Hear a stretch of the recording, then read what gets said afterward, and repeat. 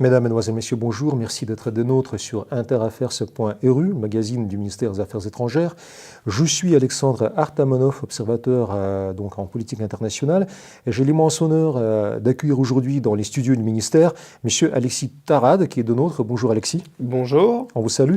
Vous êtes donc délégué Russie des Républicains, c'est bien cela? Exact. Je ne me suis pas trompé. Eh bien, donc les Républicains, c'est quelque chose d'hyper connu en France. Enfin, ça va de soi, parce que bon, c'est l'un des premiers partis majoritaires par excellence, en tout cas pour tout le mandat d'avant. On va parler un peu aussi Macron, donc pour donner votre appréciation de ce qu'il en est aujourd'hui. Mais donc, on se demande ce que c'est que les LR, les Républicains en Russie. Vous en êtes le délégué général. Est-ce que vous pourriez nous présenter un peu l'image? On vous écoute. Oui, alors, les Républicains, c'est le premier parti français. C'est un point important à préciser. C'est le parti qui est à continuité de l'UMP et du RPR préalablement. Donc, c'est le parti de Nicolas Sarkozy, de François Fillon. Voilà, c'est toute cette évolution de droite. Et les Républicains en Russie, c'est ni plus ni moins qu'une représentation, une délégation pour nos concitoyens français ici en Russie. Voilà, tout simplement. Et vous ne travaillez pas avec la population locale, c'est juste pour les Français franco-russes, donc pour tous ceux qui ont la jouissance de la nationalité et du passeport français. Alors, majoritairement, effectivement, les personnes qui sont adhérentes à notre parti ici en Russie sont, je dirais, à 80% françaises, mais 20% sont effectivement des citoyens ou bien binationaux russes-français, ou bien russes simplement et francophones, et passionnés de politique, notamment française, et qui souhaitent soutenir l'action des Républicains. Voilà. Donc vous travaillez beaucoup avec l'ambassade, je présume. Bien ça. Alors, l'ambassade n'a pas une vocation à avoir une relation aujourd'hui politique avec les Républicains ou n'importe quel autre parti français, en direct. L'ambassade est là pour représenter la directive qui est donnée par le gouvernement actuel auprès des autorités russes. Ceci dit, est-ce que ça correspond à une manœuvre conventionnelle, c'est-à-dire que vous avez un peu des antennes, des filiales des Républicains un peu partout à travers le monde où les Français sont présents? Exactement. Il y a aujourd'hui, je pense, plus d'une centaine de délégations à travers le monde. Ça fait l'office d'une fédération spécifique, qui est Français d'étrangers, qui est présidée par notre secrétaire général, qui est le sénateur Christophe-André Frassa, qui est venu à Moscou il y a de ça quelques temps, qui reviendra d'ailleurs en janvier. Et donc, comme je vous le disais, un peu plus de 100 délégations dans le monde, regroupées sous une seule fédération, qui est la Fédération des Français d'étrangers. C'est un gros truc ça, non? Parce qu'une centaine d'organismes à gérer, tout ça, ça se retrouve sous la houlette du sénateur. Exactement, qui est en charge de cette fédération. Si je voulais schématiser pour être plus clair, plus explicite, c'est comme si l'étranger était un département de France avec une fédération départementale. Voilà. Très bien, c'est tout à votre honneur, mais comme ça, pour cerner un peu, comme on dit dans l'armée française, puis pour y voir un peu plus clair, donc comme ça, vous n'êtes pas ambassade, parce que l'ambassade a d'autres chats à fouetter, comme on dit. Donc ensuite, vous ne travaillez pas beaucoup avec les Russes, parce que les Russes, de nouveau, chacun ses oignons. Et finalement, tout de même, vous servez un peu de passerelle, si je puis dire, entre les Républicains en France et toute la communauté franco-russe gravitant autour donc des centres d'intérêt plus ou moins francisants en Russie. Pour vous, c'est la Russie. Alors, pour moi, c'est exclusivement la Russie, en ce qui me concerne. Et la CEI pardon? Et la CEI, la communauté Non, il y a par pays des représentants distincts, des délégués ou des chargés de mission. Même en Ouzbékistan ou au Tadjikistan? Alors, en Ouzbékistan, Tadjikistan, je ne crois pas, parce que la communauté française n'est pas assez représentée. Il y en a au Kazakhstan, il y en a en Arménie, en Géorgie, il y en a dans les pays issus du bloc soviétique, Europe de l'Est. Voilà, donc il y a quand même une répartition CEI qui est quand même faite. Moi, j'ai un point très important de précision. Les Républicains en Russie, ils ont effectivement une mission d'information de l'actualité politique de notre parti auprès de nos compatriotes français, mais ils ont également une seconde mission qui est très importante, qui est de maintenir un lien politique et un dialogue politique entre les organes dirigeants russes et les organes dirigeants de notre parti, les Républicains, en France. Ah ben là, je vous tire mon chapeau, si je peux dire, parce qu'en fait, c'est un objectif stratégique. Oui. Et vous soutenez, enfin là, je reviens un peu, peut-être pas à la charge, Tagada, mais tout de même, donc comme ça, vous soutenez tout de même la manœuvre, peut-être pas des autorités officielles qui sont maintenant assez macronisées, si je peux dire, mais que, en fait, vous soutenez un peu toute la démarche française à l'étranger pour faire connaître la France, au sens large du terme, à tous ceux qui s'y intéressent à côté pouvoir russe. Enfin, pour parler à la Douma, par exemple, parce qu'on sait très bien qu'il y a beaucoup de gens maîtrisant le français à la Douma. À ne citer que M. Naryshkin, qui vient de quitter sa fonction du président donc de la Chambre basse du Parlement russe, mais qui est parfaitement francophone et francisant. Il y a M. Pouchkov, qui est de nouveau l'un des chefs de commission, je crois que c'est la commission à l'international, de la Douma, et qui, lui, parle un français peut-être pas impeccable, mais en tout cas parfaitement correct, etc., etc.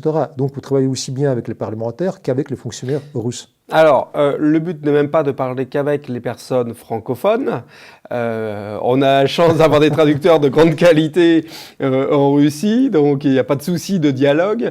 Le propos est vraiment de dialoguer, de garder un contact entre les autorités russes et les républicains. Thierry Mariani, qui était député pendant 5 ans de la circonscription dont la Russie fait partie, a gardé ce contact, a développé ce contact, a gardé ce lien important politiquement entre notre parti et les autorités russes. Le sénateur Frassa également. Nous allons avoir un nouveau président d'ici 15 jours pour les partis républicains, qui va être amené dans un futur très proche à reprendre des contacts avec les autorités russes et à dialoguer, parce que, contrairement à ce que vous avez indiqué, nous devons, je dirais, être la représentation locale de notre parti politique. Pas du tout du président Macron et pas du tout de son gouvernement. Nous sommes dans l'opposition. Mais c'est ce que je viens dit, voilà. parce qu'en fait, vous n'êtes absolument pas obligé. Enfin, vous avez... Pas du tout. Nous sommes tenus de donner notre ligne politique avec nos différences, avec nos visions justement contradictoires, comme lorsque Nicolas Sarkozy était venu en 2015, fin 2015 ici à Moscou, et qu'il n'était pas du tout en accord avec la ligne gouvernementale, c'est-à-dire celle de François Hollande, notamment sur un sujet très épineux qui nous a opposés, qui était l'histoire effectivement de cette vente des bateaux militaires. Mistral. Des Mistral, effectivement. C'était des sujets et il y a d'autres sujets encore aujourd'hui, sur lesquels les Républicains n'ont pas une vision qui est celle du gouvernement, qui est celle donc qui est représentée par l'ambassade, et nous devons garder un contact et dialoguer, puisque nous essayons de préparer le retour politique lors des prochaines élections présidentielles. Alors on a un petit peu de temps encore, mais ça se prépare en amont de notre parti au pouvoir. Donc voilà. Bravo, mais ceci dit, vous-même, vous vous spécialisez vraiment sur la Russie, si je comprends bien. Vous parlez russe ? Alors, je parle malheureusement pas aussi bien russe que vous parlez français. C'est pour ça que je préfère qu'on reste en français. Mais je vis à Moscou depuis 6 ans et je dois avouer que je suis très bien ici. Moi, je suis, si on veut schématiser à titre personnel mon travail, il est très simple, je suis un porte-parole, ni plus ni moins. Tout à fait. Bien évidemment, je peux avoir individuellement mes perceptions, mes réflexions, mais qui sont liées à mon mode de vie, justement à ma vie ici en Russie, à ma perception de la Russie, à ma perception des relations franco-russes. Mais je reste avant tout, et c'est mon job finalement, je reste un messager ou un porte-parole de l'action qui est définie au niveau du Bureau national des Républicains en France. Ce que je peux vous dire, et ça c'est très important, c'est qu'il y a entre la France et la Russie sans doute une lacune de communication et c'est ce qui crée parfois une compréhension, une mauvaise compréhension entre nos deux pays. Finalement, lorsqu'on y réfléchit bien, lorsqu'on regarde l'histoire de nos deux pays, elle est extrêmement liée. La Russie et la France sont des alliés de tout temps, ont vécu des histoires et des drames ensemble, conjointement, et l'histoire fait que la relation franco-russe ne peut pas être mise de côté. Elle doit être rétablie, et elle est rétablie par deux choses. Le dialogue. On ne peut pas rompre un dialogue aujourd'hui avec un acteur qui est devenu aussi important au niveau international que l'est la Russie.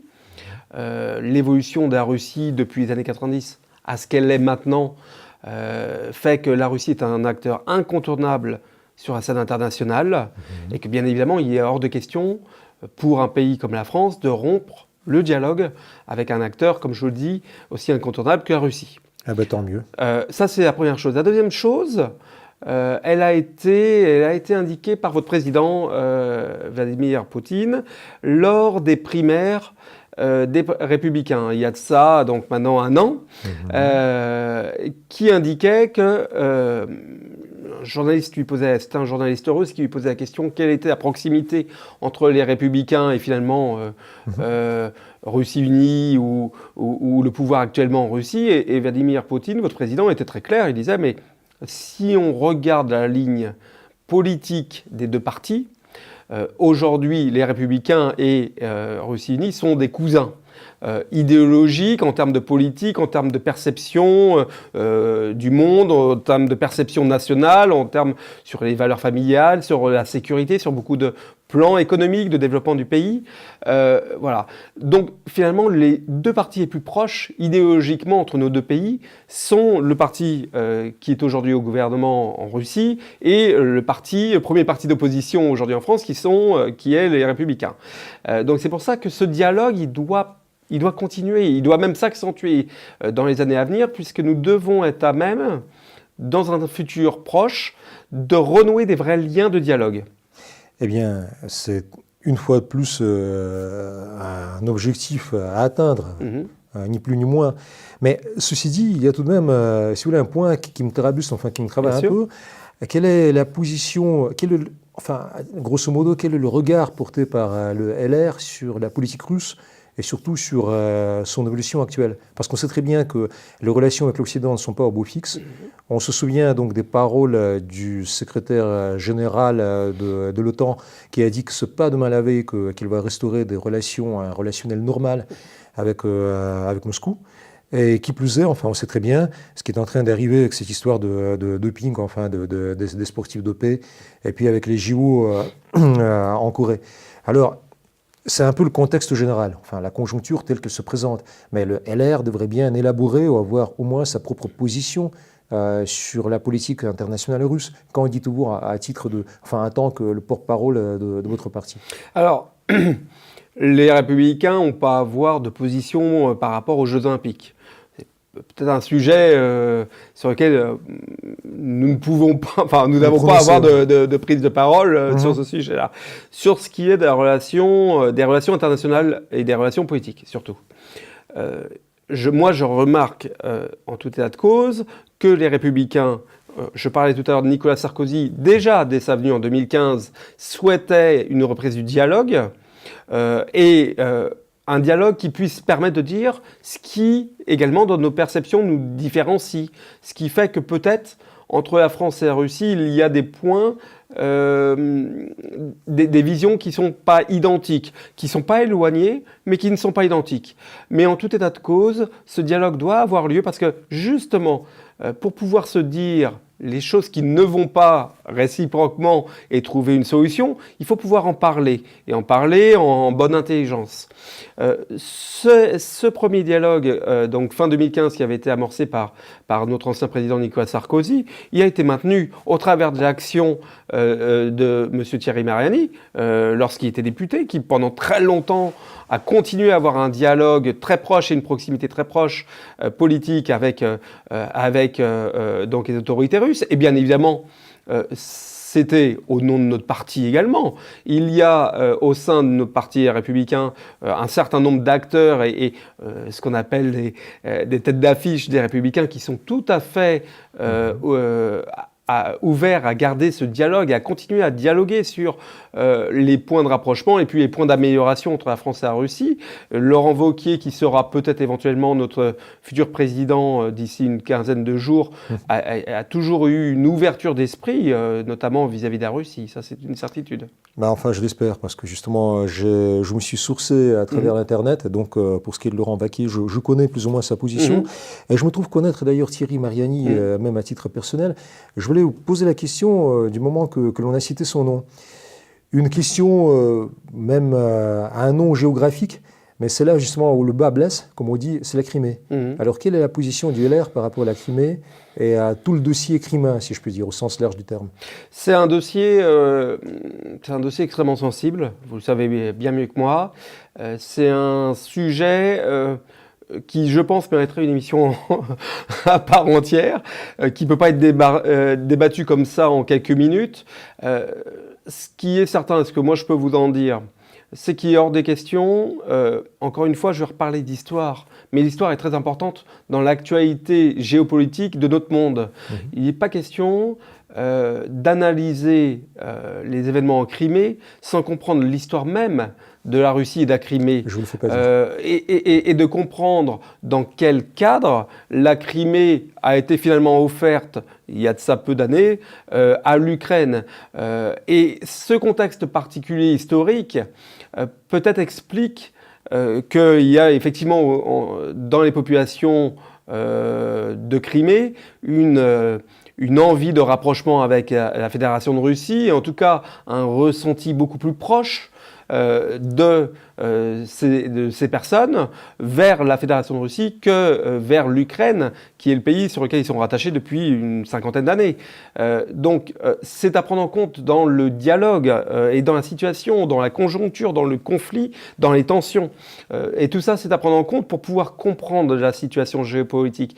Et en ce sens, et c'est en tout état de cause, je dirais un son de cloche, excusez-moi, permettez-moi d'utiliser ce terme, mais c'est un son de cloche qui est tout à fait perçu au sein des Républicains. Et je reprends encore Thierry Mariani. Thierry Mariani est très pragmatique. Quand il part de la situation aujourd'hui des accords de Minsk, il dit très bien qu'il y a des accords qui ont été définis, que ces accords sont aujourd'hui dans une impasse parce qu'ils ne sont respectés par aucune des parties. Et aucune des parties, ça englobe bien également la position de l'Ukraine. Donc, si vous voulez, cette position et cette situation qui est un petit peu un casus belli aujourd'hui dans cette partie géographique de l'Europe, elle est difficilement conciliable en l'état des choses. Et effectivement, je pense que malheureusement, nos gouvernements d'Europe et notamment la France ne voient plus en cette situation conflictuelle une priorité, en tout état de cause. Bon, écoutez, merci beaucoup pour cette, comment puis-je dire, cette sincérité, parce que de toute façon, vous êtes prononcé en bonne connaissance de cause, mais enfin, avec toute l'ouverture d'esprit qui est la vôtre, d'autant plus que, si je puis dire, vous avez parfaitement raison qu'il y a eu la bataille de l'Alma, où les Français étaient présents. On sait très bien que, de façon peut-être pas bizarre, mais en tout cas spéciale, les Russes ont beaucoup de respect pour les Français qui étaient tombés lors de cette bataille. Puis bon, la bataille de Sébastopol, sans laisser de séquelles dans le relationnel disons interétatique, a par contre bâti, si vous voulez, un peu un point de contact, parce qu'on sait très bien qu'il y a des cérémonies de commémoration des événements de Sébastopol et que les Français sont invités régulièrement. Voilà, donc tout ça pour dire que les guerres, au lieu de séparer la Russie de la France, ont aidé à construire, si vous voulez, une meilleure compréhension de façon un peu paradoxale. Aussi bien que pour la période napoléonienne, Napoléon étant très, très, très respecté, je ne sais d'ailleurs pas pourquoi, en Russie. Enfin, les Russes aiment bien Napoléon. Eh bien, Alexis, je voulais juste dire que ça a été une première prise de contact, que j'espère que les Républicains auront encore beaucoup d'interventions à faire à travers et par l'entremise d'interaffaires.ru. Et que donc peut-être même la prochaine fois, vous allez passer en compagnie de votre sénateur, enfin du chef, enfin de tout le dispositif des Républicains à l'étranger, Ce sera au mois de janvier. Donc déjà, on espère qu'on va à votre parole, que vous allez nous organiser, donc peut-être même ce passage. Et enfin, on vous souhaite bonne continuation. Et je dis à tous ceux qui ont eu la patience de me suivre jusqu'au bout, que ça a été Alexandre Artamonov à l'émission d'Interaffairs.ru et comme invité d'honneur, nous avons parlé à Alexis Tarad, donc le délégué Russie des Républicains, premier parti français. Merci beaucoup, au revoir.